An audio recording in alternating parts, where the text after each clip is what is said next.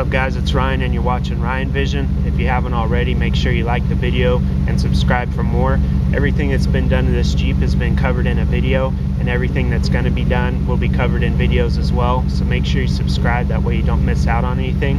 Also check out projectzj.com. It's a collection of all the videos just related to the Jeep. None of the guns or the 350Z stuff on the YouTube channel. So if you just want the Jeep, projectzj.com. And the nice thing about the website is all the videos are ordered in the order that they actually happen. So you can go through the site and see what modifications got done and in what order. Also, you can search the site to find exactly the video you're looking for. And there's write-ups on there as well as far as part numbers, stuff like that. Anyways, today what I want to go over is a couple recent changes. The first one, you can probably already tell, I've got a 5.9 limited grill. That's thanks to my buddy Nate, Niner Nate on Instagram. So I'll go over that. Also, he came over and set me up with a real sweet setup to control the 2-speed Taurus electric fan. So I'll go over that. And also just some finish work as far as the rock slider project. Just some more welding and painting was done. So let's get right into it. So my buddy Nate shows up and started saying something about Christmas present. I didn't even hear what he said, and he came walking back from his car with a 5.9 limited grill in his hand and said Merry Christmas. I couldn't believe it. I was pretty shocked. He found this at a pick and pull down in Stockton, and basically he came across the 5.9 and the grill was gone, but he happened to stumble across it. Somebody had taken it off and tossed it under another vehicle somewhere, and he just happened to see it. The only real damage to it is right here. There's one little missing piece of that insert there. Well, it's not an insert, it's all one piece. But I think what I'm gonna do is I got some quick steel today, and I'm gonna form some quick steel in there, just, you know, kind of rough. And then let it dry, let it harden, and then go back with a Dremel tool and shape it, and then I'll just repaint the entire grill. The only other damage is on the top where it actually screws on. Half of each screw hole is broken off, but we were able to use washers and screws, so it's on there pretty good. So I might use the quick steel also to repair that, and then just drill new holes in, and like I said, just paint the entire grill. So Nate, I know you're gonna watch this video, man. I really appreciate the grill. Awesome gift. Didn't expect it at all, and just really appreciate you taking the time to find it and give it to me. Really appreciate it, bro. Thanks a lot. Makes the Jeep look really good. Looks more aggressive now. But the one downside to it is it makes the rest of the Jeep look kind of crappy. So I got to do something about all this plastic trim, like the bumpers, the cladding on the doors. I'm getting real sick and tired of doing the like the Mother's Back to Black. It works, but it's temporary. And we've had some crazy weather in Northern California lately, so you can see under the headlight how it's all like faded out again, where the water's been just running off the Jeep nonstop. So what I did today is I went over to I think it was Lowe's, and I bought a heat gun, like a 1500 watt heat gun. And I've seen some guys doing that on YouTube. I'm gonna run a heat gun over this trim and see if I can get it looking like brand new without having to rub a bunch of chemicals on it all the time. So I'll try that out and let you guys know how that works. If that doesn't work, I'm either gonna paint these bumpers and trim black, or I'm gonna see if I can get a hold of a limited in the platinum silver color like the grill and throw those on. Also kind of been thinking about maybe doing a Hanson off-road front bumper with the Stinger.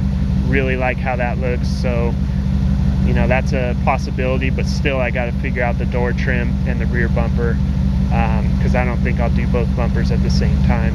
So anyways, that about wraps it up for the grill. So now let me pop the hood and I'll show you guys what we did for the electric fan.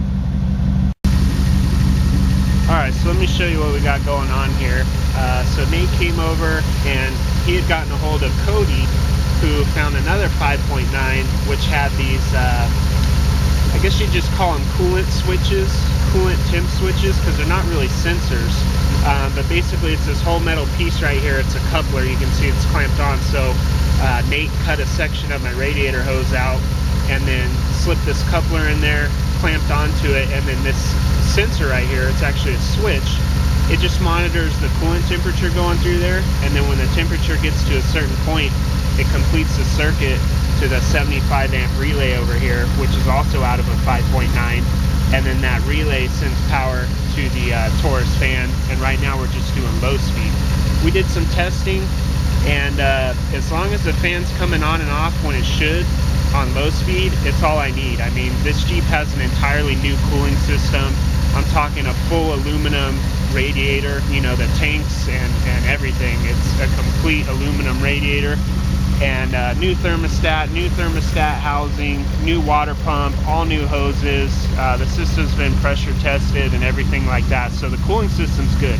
As long as low speed comes on and off when it's supposed to, this Jeep has no problems. Now, we'll see when it's 100+ degrees in the summertime. If, you know, we start running into issues with the cooling, then yeah, I'll definitely hook up the other one and be running high and low speed. So basically, Nate had, you just heard it click right there. Now the fan's running. Nate brought over 2 relays. So right now we're just using one 75 amp relay for low. Now if I got in trouble, I could just pull the wire going from this relay to the low speed wire on the fan and plug it into the high speed wire on the fan, because this relay can handle high speed and low speed. So we'll see about that. Like I said, when the temperatures get higher, we'll see if I even need high speed, but I like low speed. It's quiet and it just clicks on and off. And if you have any questions on the wiring, talk to Nate. Go on the Instagram and you'll find him real quickly from there. It's Niner Nate. But if you have questions on the wiring, talk to him. And he did a pretty slick thing too. He set it up to hard power, not just accessory power. So when I shut the Jeep off and I walk away, the fan runs for 1, maybe 2 minutes tops, and then shuts off when that coolant temperature drops. So that's kind of a cool feature, you know, something more modern. But again, Cody, Nate, big thanks to you guys for tracking down these Niner parts. You know, there's only maybe 14,000 of those 5.9s, and you know, you don't come across them often. So it's awesome to have this 5.9 setup now as far as the cooling. This Taurus fan's basically kind of like a clone of the 5.9 cooling system. It uses the same motor and it has a built-in shroud and stuff. So it's pretty much as close as you can get without getting the real deal. So again, Cody, Nate, thanks a lot guys. Appreciate the cool Niner parts, and I'm pretty stoked on my grill. Really gives it a different look. So now let's go over the rock sliders. So if you haven't already, make sure you check out the video of the rock slider project. Actually, I think there's 2 videos. There's one that shows the actual project, you know, what it takes to do it, as far as like the cutting, the welding, everything like that. It's pretty detailed. It's kind of a long one.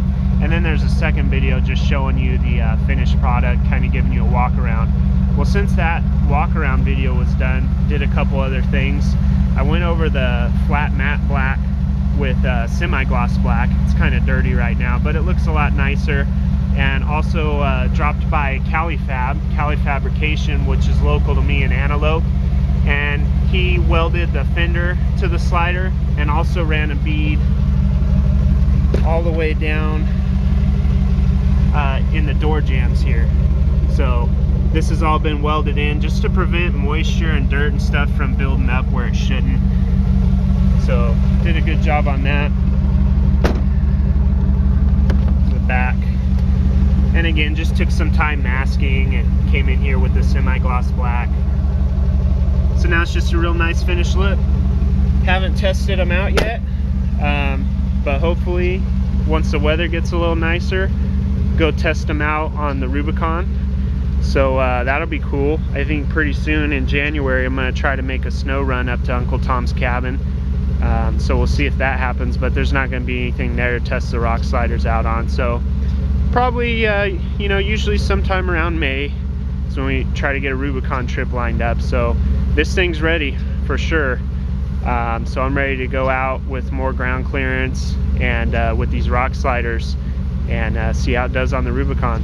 Well, that's it for today, guys. Make sure you check out projectzj.com, and again, like the videos and subscribe for more. All right, have a good one.